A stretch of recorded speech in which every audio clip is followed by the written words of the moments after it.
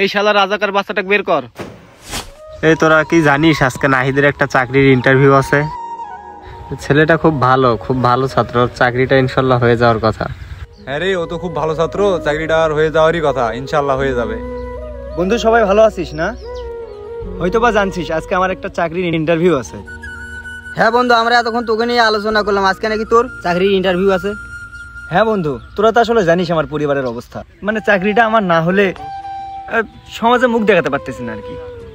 পরিবারের পাশে দাঁড়াতে হবে, সব মিলাই একটা আমার চাকরিটা দরকার মামা।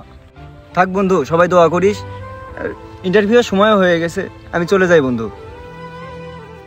হ্যাঁ বন্ধু, তোর জন্য শুভ কামনা রইলো। আমরা তোর জন্য সবাই দোয়া রাখবো, ইনশাল্লাহ তুই ভালো করে ইন্টারভিউ দিবি। সবাই থাক মামা, দোয়া করিস। এই শালা রাজাকার বাচ্চাটাকে বের কর।